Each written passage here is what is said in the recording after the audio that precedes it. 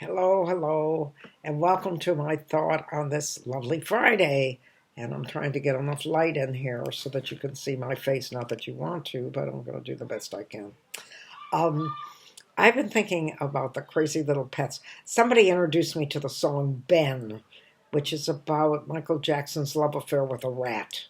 And I was thinking about crazy little pets that we've had. And of course, my first thought was when I was in college, right during the big famous panty raid at the University of Michigan, I had two goldfish. At that time, there was a brand of cigarettes called Herbert Tareyton, and I named my two goldfish Herbert and Tareyton. Sadly, Tareyton died, and I think it was because he was terrified by the big panty raid that we had uh, at Michigan. But we've had several other funny little pets. And I mean, in my family, we always had crazy ones. We had salamanders, we had goldfish, we had Tweety, the canary, my aunt's canary, that when he molted, he would get very tired.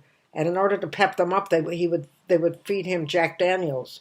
So whenever you came over to visit him, Tweety would sort of slam himself against the cage while he was singing because he was drunk as a lord. And one day he slammed himself against the cage and he knocked himself out.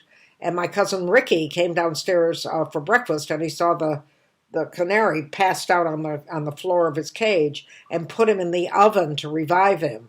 And of course, what happened is that the canary died. And my aunt said that was when we first learned that Ricky was going to be a doctor. But my favorite story is the story of my friends David, Allison, and Shona. David and Allison had this lovely little girl named Shona who wanted a pet. And David, she wanted a puppy. And Allison said, "You can't have a puppy because Daddy is allergic to it." And she said, "Well, okay, can I have a cat?" And Allison said, "No, you can't have a cat because Mommy is allergic to it." So Shona said, "Well, I want a pet. Everybody in school has a pet. I want a pet." And Allison said, "If you can find a pet that neither of us, your mama and your daddy, are not allergic to, we'll get it for you." Flash ahead 6 months, and there was the big Dundee Insect Fair. This is all happened in Edinburgh. Dundee Insect Fair.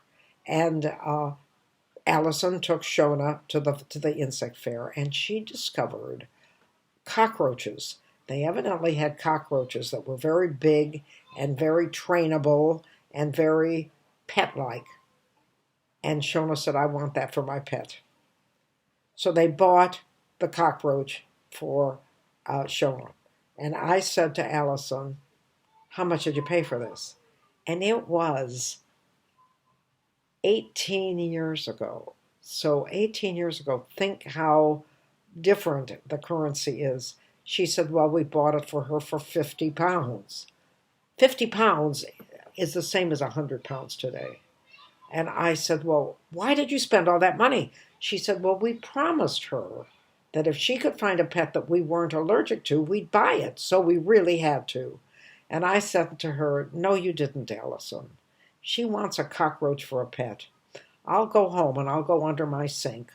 I'll get you 10 cockroaches and you won't have to pay me a cent." And that is my thought on pets, strange pets, and keeping promises to children. And thank you so much for joining me for my thought on this lovely, lovely Friday.